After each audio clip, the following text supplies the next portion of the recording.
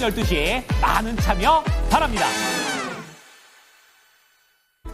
자, 이어서 뉴욕 현지 연결해서 자세한 내용 알아보겠습니다. 김한희 특파원입니다. 안녕하십니까? 네, 안녕하세요. 자, 뉴욕 증시가 이틀 연속으로 좀 올라가게 되면서 상승 탄력이 약간 줄어든 점은 아쉬운 부분은 있습니다. 현지에서는 어떠한 분위기들이 있었나요?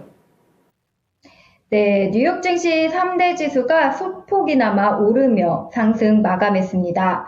도널드 트럼프 대통령의 광범위한 관세로 인해 소비자들의 경제에 대한 자신감이 크게 악화되기는 했지만 어제 트럼프 대통령이 일부 국가에 면제 또는 완화 혜택을 줄 거라는 발언이 투자자들에게 조금이나마 안도감을 주는 분위기입니다. 뉴욕 증권거래소에서 다우존스 30 산업평균 지수는 전 거래일 대비 0.01% 올랐고 S&P 500 지수는 0.16% 상승했습니다. 나스닥 지수는 0.46% 오른 채 거래를 마쳤습니다. 테슬라는 5거래일 연속 상승했습니다.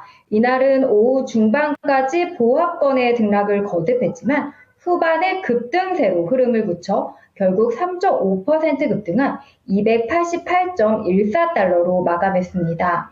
테슬라는 닷새 동안 주가가 28% 폭등했는데요.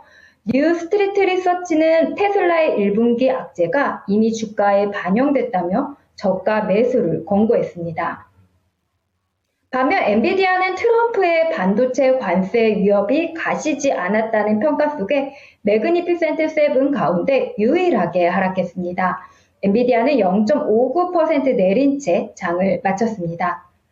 트럼프 대통령이 지분 약 58%를 갖고 있는 소셜 미디어 기업 프롬프트 미디어는 9% 가까이 폭등했습니다.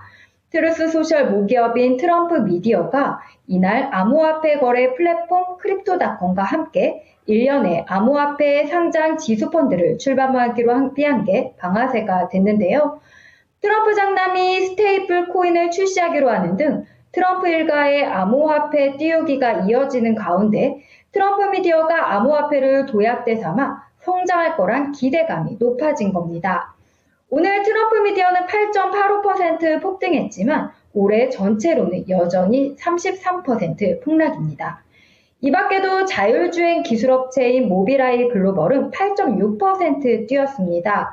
폭스바겐이 모비라이 자동차 부품업체 벨리우와 함께 개선된 운전 보조 시스템을 개발하고 있다고 발표한 게 주가를 끌어올렸습니다.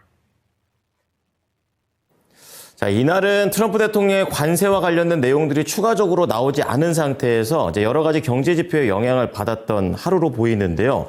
우선 3월 소비자 심리와 관련된 그런 지표가 나왔습니다. 어땠습니까? 네, 사실 오늘 발표된 소비자 신뢰 및 기대 지수는 미국 경제에 대한 불안을 가중시켰습니다. 미국 경제조사단체인 컨퍼런스 보드에 따르면 3월 미국의 소비자 신뢰지수가 92.9로 2월 대비 7.2포인트나 하락한 건데요. 이는 4개월 연속 하락세이고 다우존스가 조사한 경제학자들의 추정치보다도 낮았습니다. 지난 2021년 1월 이후 4년 만에 가장 낮은 수치인데요. 소비자의 단기 전망을 반영한 기대지수는 9.6포인트 하락한 65.2를 기록했습니다. 이는 12년 만에 가장 낮은 수치고요. 일반적으로 경기 침체를 예고하는 기준선인 80을 크게 밑돈 겁니다. 지난 2월 80선 미만으로 떨어진 이후 더욱 악화한 겁니다. 컨퍼런스 보드 측은 최근 몇 달 동안 비교적 견고했던 미래 소득에 대한 낙관론이 사실상 사라졌고 이는 경제와 노동시장에 대한 우려가 개인 상황에 대한 평가까지 영향을 미치기 시작했음을 시사한다고 평가했습니다. 다만 어제 트럼프 대통령이 4월 2일 발표할 상호관세 조치에서 일부 국가들은 예외나 면제 혜택을 받을 수 있다고 밝힌 게 투심 악화를 막고 있습니다. 투자자들은 트럼프 대통령의 추가 발언을 기다리면서 신중하게 매수세에 나서고 있는 것으로 풀이되는데요. 베어드의 투자 전략가인 로스 메이필드는 시장이 바라는 만큼의 명확성을 얻을 수 있을 것으로 기대하지는 않지만 투자자들은 이 문제에 대한 어떤 종류의 명확성을 간절히 바라고 있고 어느 정도라도 얻을 수 있다면 4월 2일은 엄청난 날이 될 거라고 내다봤습니다. 다만 월가 전문가들은 증시가 계속 반등할 수 있을지에 대한 확신을 하지는 못하고 있습니다. 시티인덱스와 외환닷컴의 파와드 라자크자다는 투자 심리는 여전히 위축돼 있다면서 반등이 너무 지나친 게 아닌가 하는 우려가 있고, 분명히 일부 투자자들은 최악의 상황이 끝났다는 확신을 갖지 못하고 있다고 진단했습니다. 카탈리스트 펀드의 찰스 애슐리는 시장 참여자들이 어떤 정책이 시행될지 모르기 때문에 어떻게 해야 할지 몰라 약간의 마비 현상이 나타나고 있다며, 아직은 정말 좋은 기회를 찾기 위해 극단적인 가격 변동이 일어나는 시점은 아니라고 평가했습니다. 이제 내일 일정 살펴보겠습니다. 내일 경제지표로는 2월 내구재 수주가 있고요. 연준 위원들의 발언 이어나갑니다.